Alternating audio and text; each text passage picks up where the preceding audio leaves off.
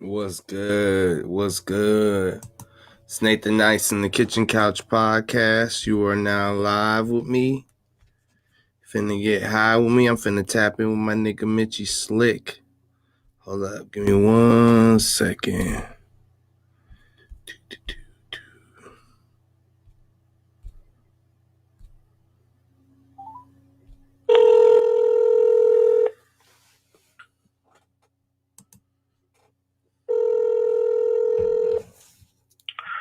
Hey, what's up, homie? Hey, what's up, brother? Man, I appreciate you tapping in with me, man. It's all good, bro. I gotta do some press right now. I got a lot of press to do right now for this movie I'm working on, so I'm trying to get as much ears on this situation as I can. Okay, speak on it. What's going on? We can start it however you want to start it, bro, or however you want to get it. Just lace me up. So first of all, who am I speaking with? This Mitchy Slick. Yeah, that. You already know. Yeah, that's San Diego, California president. That's what's good, man. So okay, you know, I had to do my my background on you and everything, but honestly, man, I've been a fan of you since high school. You honestly, I was just telling my nigga Reggie, niggas don't shout out Seattle. So when I heard you shout out Seattle and Triggeration Station, I was like, okay, like he really fucks with us, and you know what I'm saying. That I really had to, really start listening to your music and start understanding, what kind of a real artist you are, Right. So what got you? Me reaching out. Go ahead. Me reaching out and mentioning Seattle, homie, just had to do with at the time, I didn't go straight from my block to rapping. I went from my block to, basically hustling across the country, homie. So I was aware of more things outside of my surroundings than the average artist. So I'm shouting out all the West Coast cities that I've been to, all the cats that I done dealt with, other cities. Come on, man, it's factors in Seattle too, though. Right. I mean, I just remember growing up and listening to Lil Jon and all these people, and they never shouted out Seattle. And so, when I hear people they wasn't in the streets. They wasn't in the streets. See, they wasn't in the streets with the street cats in Seattle, though. They was rappers when they came to Seattle. First time I came to Seattle, it wasn't on no rap shit. You feel me? Right. Where in Seattle you fuck with? Well, basically, homie, I had a lot of artists, homie. Like the first tours that I did, homie, when I first start getting it going, homie, was with a promoter, homie, that basically had me all up in that Northwest area. So it was a lot of artists up there I was dealing with at the time. And then later on, after Cocaine moved up there, homie, you know what I'm saying, about maybe like 10 years ago or so, maybe more, that was a lot of, that portal opened up for a lot of Southern Cali cats, because we'd be out there fucking with Cocaine, you know what I'm saying? Right. Right. You're talking about Cocaine from East Siders? Yeah, well, Cocaine from for sure. Okay. Yeah, so Cocaine being out there, like, far as the underground pipeline, man. All of us when we go to Seattle, Cocaine been there working for a long time now. Me and Cocaine actually shot a video, recorded a song, and shot a video out there that did numbers. You know what I mean? So and man, like I said, that just showed so much love, because I just saw, at the time growing up, the only other nigga that was really shouting us out was ESG, as far as I was concerned, off the swing. Yeah, swinging and banging. So I was like, okay, And you said on one of your tracks, you said you was really out there when people started banging in Texas. Oh yeah, homie, like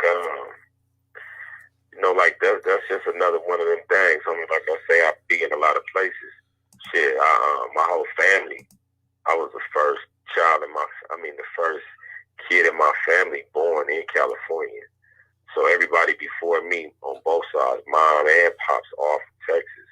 So naturally, when I start fucking up in, out here on the West, I had to go sit down south, to Texas for a few semesters, man, like a whole year, man. And I actually went to high school in Lubbock, Texas, and West Texas. And my whole family is still out there in West Texas. But yeah, man, they was getting it going. I remember the first day I pulled up, getting off that plane, my aunt picked me up, and on the way home, man, I was looking up at the park by her house, and they was up there having initiations on me from, Crip gangs in the neighborhood while I'm coming from a blood neighborhood. I'm tripping like, damn, I'm leaving from being in the middle of some shit in San Diego. Then I come to Texas the first day I pull up, man, they have an initiation. About 20, 30 niggas out on the park getting it in.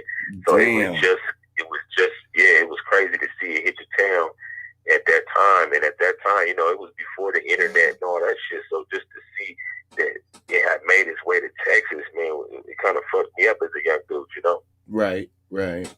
Yeah. It ended up being so crazy. Check it out. It ended up being so crazy. A lot of dudes, when I came, I'm talking about literally the first couple weeks I was there, it seemed like it was the first days of them really getting it cracking. So it was cats that I went to school with, and they was friends with the niggas by the time I came there, and by the time I left, like a year later, some of them had killed one another behind some Crip and Blood shit. They wasn't even there a year prior. Damn. I witnessed that as a young 15-year-old dude, Damn, that young too, and then just so new to it. But the Cali mentality was out there. It was there. West Texas was on back in the shit early 80s. I mean, not early 80s, but right in the 90s, 80s, 90s. Shit, they was already on it. And just like DJ Quick said, he's like talking about all these places that were just like Compton, and it just he wasn't wrong, because I've been to Denver and I thought Denver was, whatever, and I went there and I was like, whoa, niggas is really Denver, Aurora. I got homies everywhere, homie. Aurora, shout out to the Crenshaw, to my Crenshaw Mafia homies out there in Park Hill out there in Denver. But everywhere, homie. Yeah. Do you know a nigga named Park Hill Wax? Yeah, I do. That's the homie. I actually interviewed him. That's my nigga, man. That's my nigga Wax. Yeah, he's a cool energy. Yeah. So yeah, man.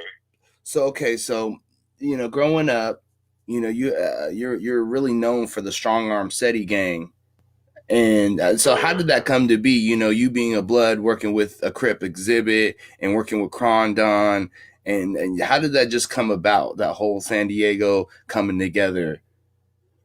Well, basically, homie, I started out with the homie Big Reese, and shout out to Big Reese. Big Reese has a production company, and two of his producers are the Mike and Keys. That's who did all the Victory Lap and all the shit. All the last Mitchy projects, man, was Mike and Keys. And Big Reese basically been in the game since back then, but I was the first cat he was working with then. And we went to LA via DJ Jam. Snoop Dogg and Dr. Dre, DJ from San Diego, the big homie. He shot us up to LA to fuck with Sir Jinx, which is, Dre first cousin. After he was fucking with Cube and producing all the records with Cube, he was looking for new artists. We went to LA. This was like 2000. And Exhibit was working on I think it was 40 Days or 40 Nights with Sir Jinx, like overseeing the album, producing the album and shit. And I went to LA the first day with Reese and met Sir Jinx, and from that day it began. And just from that introduction with Exhibit, that's where the introduction came in the Liquid Crew, Alcoholics, King T, all them cats is basically on some real rapping shit. Like, you can gangbang and do all that shit, but we focused on rap and the real elements of this shit over here. So due to that, I got to be a part of that little fraternity over there, because it wasn't based on gang shit. And I was the only clique in LA that basically was moving like that at the time. Shit, the cats just became my brothers, and from all that shit came to Strong Arm Steady, which is me, Feel the Agony, Crondon, and Exhibit. Went on tours and overseas with X, and by the time we got back, man, it was mixtape season, and we just started going crazy with the mixtapes, the Strong Arm Steady mixtape. So you really got to do your homework on that if you're a fan and you love hip hop. Right. And shit, that's where it began. Right. Mixtapes. Yeah, I know that. I remember that niggas selling them out the trunk music type shit. You know what I'm saying? Yeah, I remember Tech Nine came out here and he was pushing his mixtapes heavy, and he was really just getting it in Seattle, actually. And so, that's the homie. so being from San Diego, what is it like for growing up in Lincoln Park and being, because honestly, what I see, I've never been to San Diego, I've been to LA, and you get the whole thing about San Diego being beaches and clubs, and but there's a whole nother part that they're missing.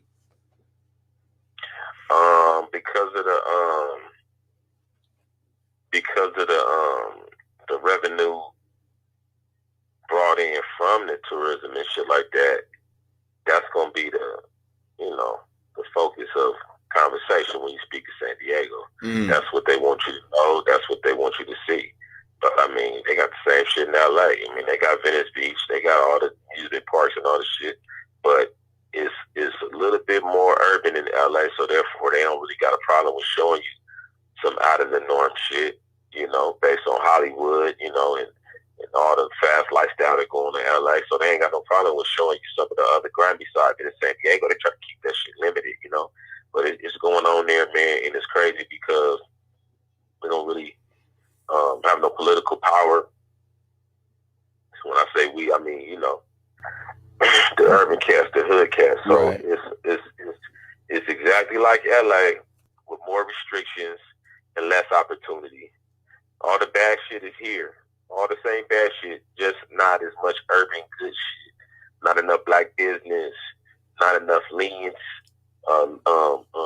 Lenience on urban businesses flourishing. You know what I'm saying? Like, you ain't finna get no permits to shoot no rap videos in some of these historic locations in San Diego. Whereas in LA, you might get that.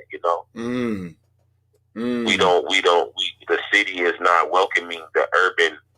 Is hip hop, basically. They don't even understand it. They don't even know how that works. They're so used to it not being a part of our culture in San Diego, to where it's hard to break through the powers that be to get opportunities such as, making a star, making an artist be somebody that's known worldwide. You can't really use the city to do that in San Diego. There is no real hip hop radio station. Shout out to my brothers at 95.7 is trying to make that happen. DJ Jam happens to be one of them.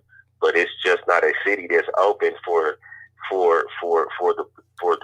business. So we might have great artists, but we don't have the other things that go along to make an artist be what he's supposed to be. The writers, the photographers, the directors. We got some, no doubt, but just the business for that is not big. There's no major outlet. There's no major hip hop website that's from San Diego and is partial to the San Diego artists, the way some of these sites may be to New York artists or LA artists or whatever. You know what I'm saying? Like, right. We don't have that in San Diego. So we basically shadowed by LA. So it's a constant fight to be heard and seen and get up in that big office and cut the check when it's 100 other neighborhoods that's 200 miles closer to the office than we are. Right. No, I totally feel that too. Especially, yeah, and especially being kind of, I mean, would you say San Diego kind of is more of a whitewashed city? Like, not.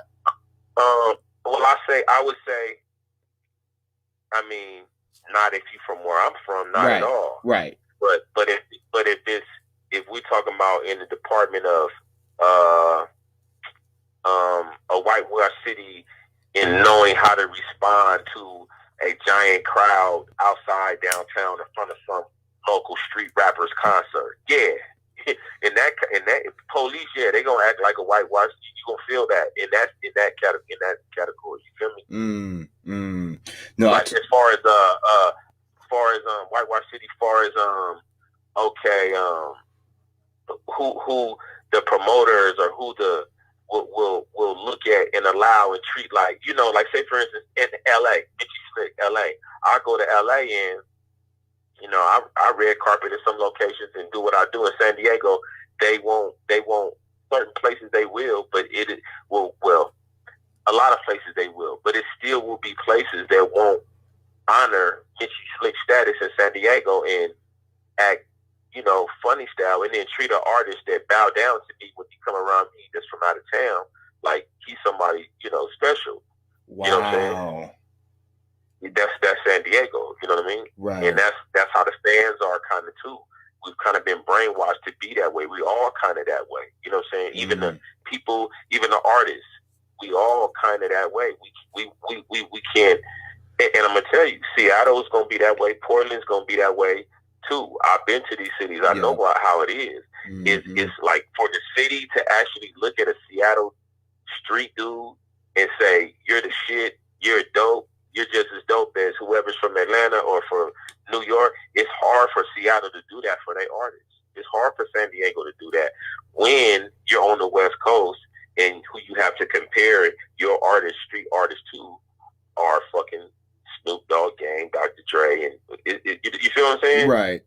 Like that's who come through y'all backyard. You know what I'm saying? Whoever come to do shows in Seattle, whoever come to do shows in Portland, in these areas. It's even a Bay artist is gonna seem like a mega artist next to a Seattle artist, right? Because there hasn't been no breakout Seattle artist yet. But that's not because there ain't nobody in Seattle dope, right? That ain't because everybody in the Bay make better music than people from Seattle. That's ridiculous to even think that, right? That's because the people in the city aren't supporting or feeling or opening up to the people from that town's music the way that somebody in the Bay will, it like this. Okay, you go in Seattle, go. This is something simple that you'll notice. Seattle got pride in Seattle. They love Seattle.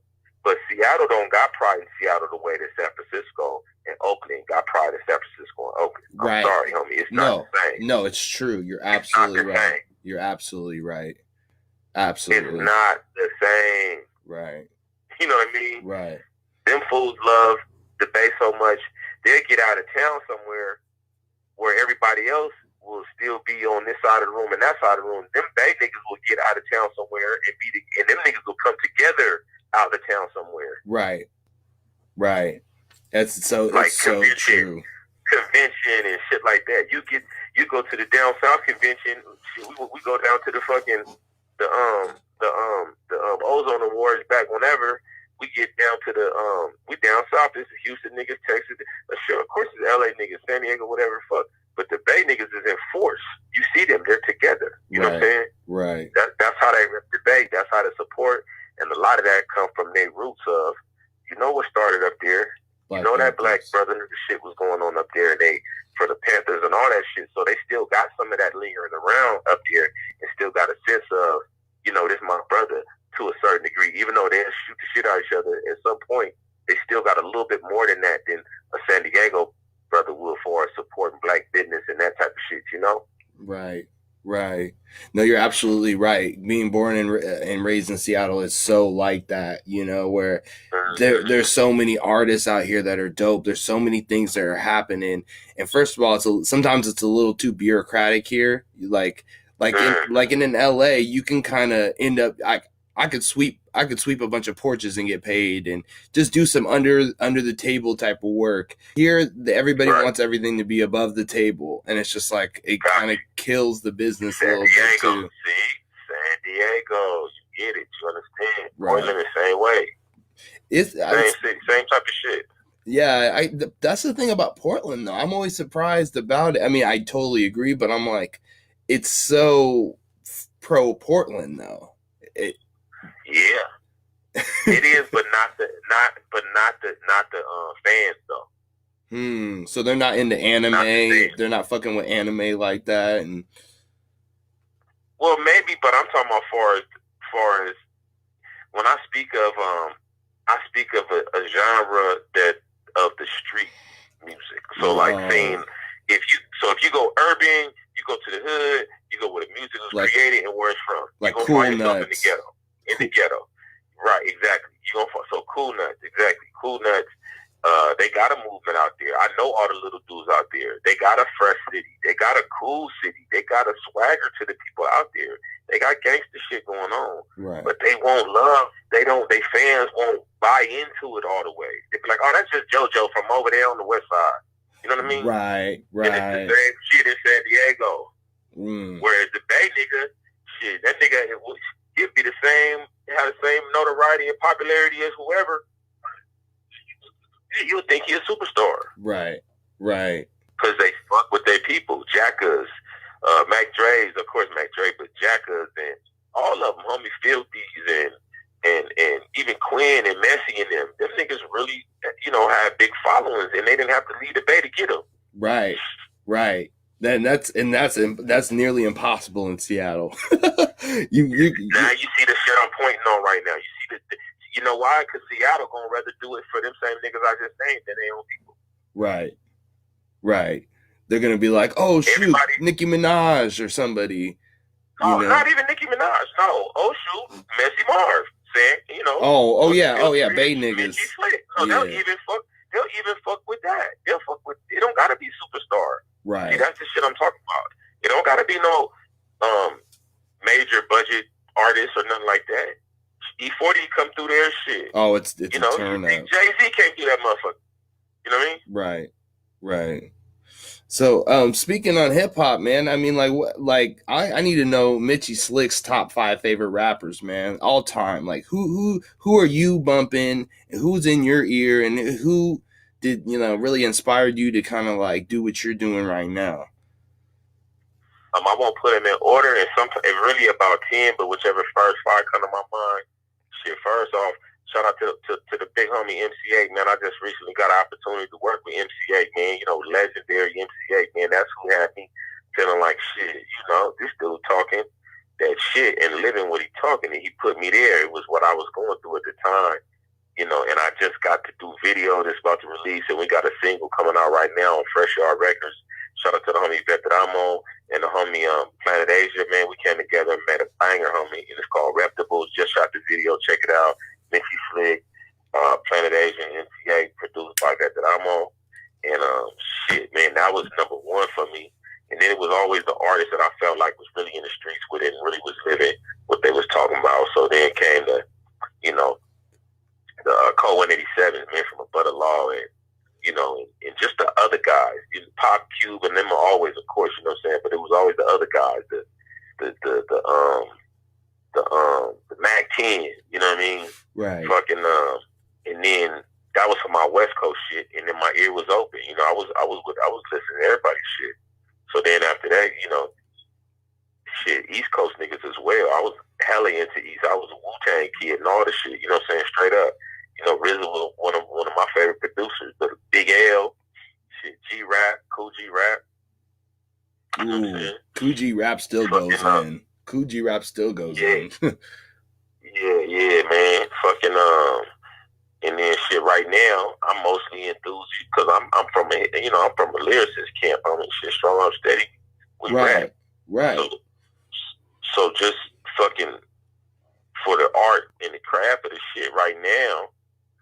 Shit, motherfucking Griselda, homie, them niggas doing they one too. Oof. Straight up, you know what I'm saying? Oof.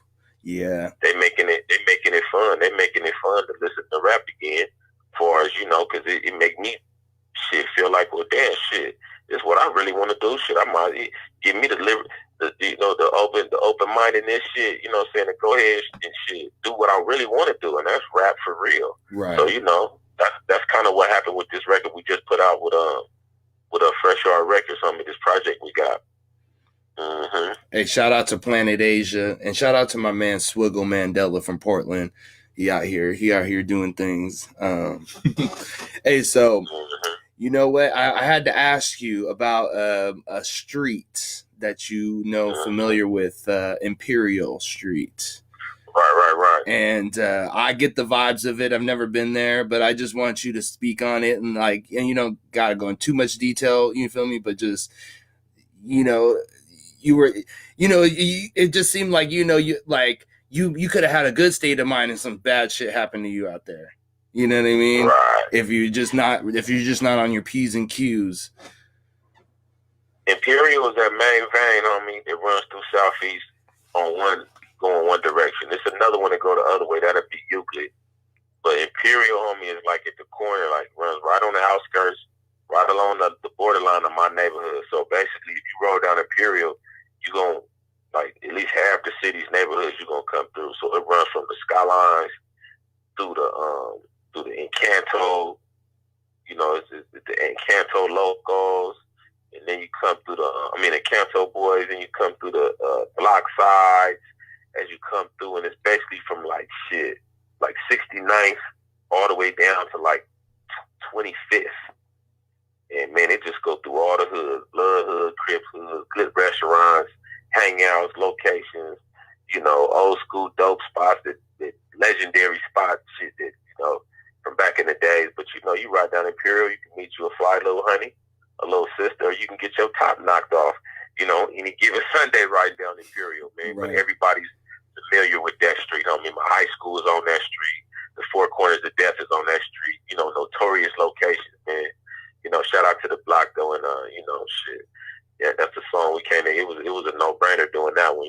Shout out to the homeboy Trey Book for the beat, man. He came up with the beat. Me and Ocean just went in on that. Right. And actually, one of my favorite albums by you is your project with DJ Fresh. DJ Fresh is one of my favorite. And what was it like working with the brother? I've been trying to reach out to him, tap in with him, just because Fresh is my bro, man. That's my bro. That's my brother, man. Being Fresh, met each other maybe 2009 or 10. And shit, man, after that, man, that's my brother. Sometimes I forget about even that we do music together. That's my nigga right there, man, on every level, you know what I mean? Right. Good shit, bad shit. Shit, man, we slept on floors, homie, together, homie, while working on the album, homie, and all the shit, you know what I mean? Passing out in the living room while we getting it in, working on the album, homie. So shit, that was one of the ones, homie, that defined, my Bay presence, you know what I'm saying? But shit, shout out to the homeboy for the Feet Master Paint album. Yeah, and shout out for the recognition too. Oof, that was those projects are really fire. Those are some of the best. And so, speaking on, Nipsey and the Jacka and some of these legends that aren't here anymore. I know I seen, posts where you were talking about how you really knew Nipsey hella. And of course you fucked with the Jacka. He was one of my favorites of all time. Obviously Nipsey and then Marathon, and just speak on some of these people that aren't here that maybe I don't know about as well. And what was it like to work with them? And was it like, continuing in their marathon? Well, I met Jack back in 2000, man. We worked on a movie up there together when we was still young, bro. And just from that, man, that was like my brother, man. My Bay Area brother. Every time I come to the Bay, homie. And he wasn't like that just with me, man. Jack was like that with a lot of cats. You tap into the Bay, you hit Jack. Jack gonna tell you to come on, let's ride. And that's just what it was with him. And Jack was a hip hop head too, gangster / what I call us gangster. What I call us gangster, basically like gangster / MCs. Real hip hop niggas, but street niggas. Right. So Jack was one of them too. A few of us fit in that category, along with Nip, and we all got this camaraderie, between one another, based on our respect for one another's craft. And Jack, proved that. A lot of niggas that do songs with you, push you on songs with 100 niggas. Jack Slick, I got this open verse. It's gonna be me, you, and E40. You feel me? That's how a nigga respect your craft and your shit when he puts you on them songs, right, with his big hitters and shit. You know what I'm saying? And that was my nigga, man. Me and Jack was toured together. We did the Strong Arm Steady My Figure tour, man. I was love. Shout out to PK, man, and Huff, AP, all the homies, man. Fetty. AP9, yeah. I've been tapping in with AP9 too. Ryder. Mm-hmm. Yeah. So man, that sounds like an awesome tour right there. Sometimes it's like when all you niggas get together, when it's like the Bay niggas, and you got the Mitchy Slicks, and you got the LA. Sometimes you guys need to come up to Seattle and do it. I know you've come up to Seattle, and the Bay does come up to Seattle. Jack always did. But we came to Seattle, man. We came together. We came on that tour, and we came up there for the where did I come? Oh, for the Smokers Club tour.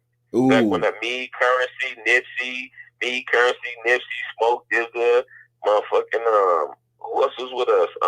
Jay Stalin, yeah, man. Ooh. Burner. Damn. Burner, yeah. Oh my God, I wasn't there. We did that. You missed that one, PM. Ooh. When are you finna be back up here again? Are you planning on? I'm coming back soon, homie. I'm coming back soon. That's one of my spots always. I ain't been going crazy on the tour lately, but right. shit, I know it's about my time for everybody to start doing the Love Slick thing, because I'm finna drop some shit.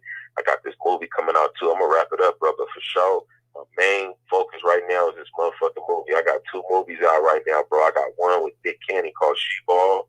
I got a small role in there, but I don't dime in the whole movie and shit. Chris Brown in the movie, Birdman in the movie, Faison, got a gang of DC Curry, you know what I'm saying, the movie shit killer, man. And especially like a female version of remember the movie with Pac in it, the basketball one?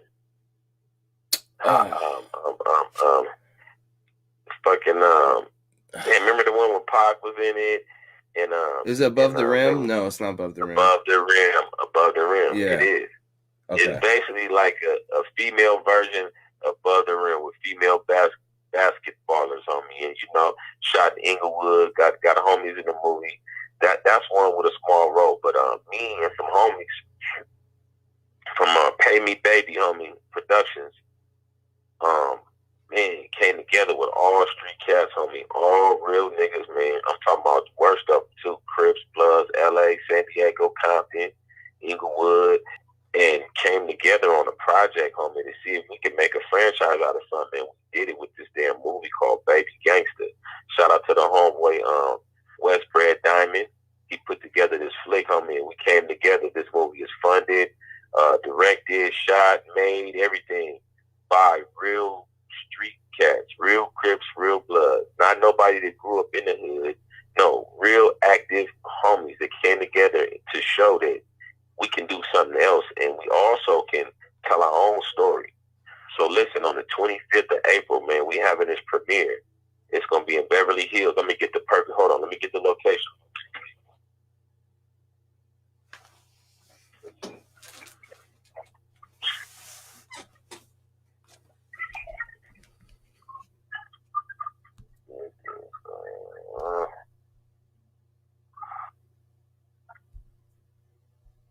1 second.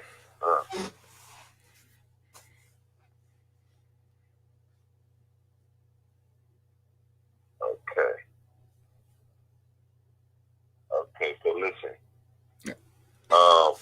Saturday, April 25th, 6:30 p.m. Fine Arts Theater, 8556 Wilshire Boulevard, Beverly Hills, California, 90211. Baby Gangster premiere, streaming, and film fundraising. Hey, will you repeat that one more time? It's Saturday, April 25th, 6:30 to 10:30. Fine Arts Theater, 8556 Wilshire Boulevard, Beverly Hills, 90211. It's a premiere, red carpet, black tie, get fly, and we doing something that ain't really been done.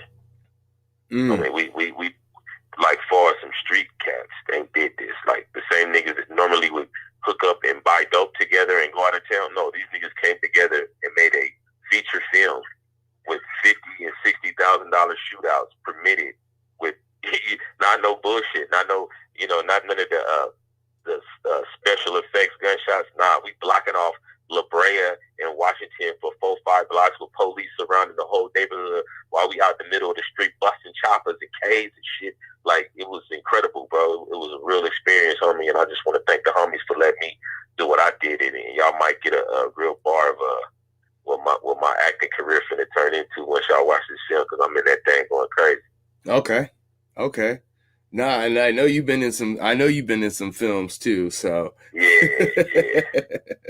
Yeah, so that's what I'm on right there, bro. Man, I really appreciate you just taking the time to reaching out to a young nigga. You don't even really know me, but, I'm a big fan. I just, the Kitchen Couch podcast, I really try to be, independent black media.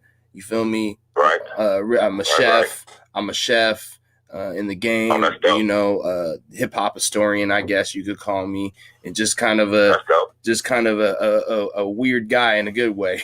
Yeah, that's dope. The weird guys is winning right now, bro. So stay at your shit, man. Don't quit. I appreciate you, man, and hopefully we could tap in and really be connected and shit. So.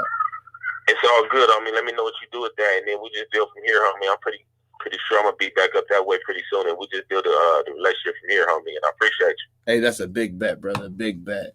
Mm-hmm. Hey, man. Okay, homie. I'm gonna tap in. Okay, much love, fam. All right, you too, brother. In a minute. Ooh, nigga, in the mix of all this coronavirus, a nigga just got an interview with motherfucking Mitchy Slick. Motherfucking out now. You heard it. He got projects out now. Go check that shit out. You feel me? Got a movie out. Go check that shit out. The nigga dropped the location, so y'all niggas better be there. You feel me? I'm gonna try my best to go ahead and make it. So yeah, you already know. It's Nathan Nice in the Kitchen Couch. Your motherfucking welcome, Facebook. Holla at a pimp, boy.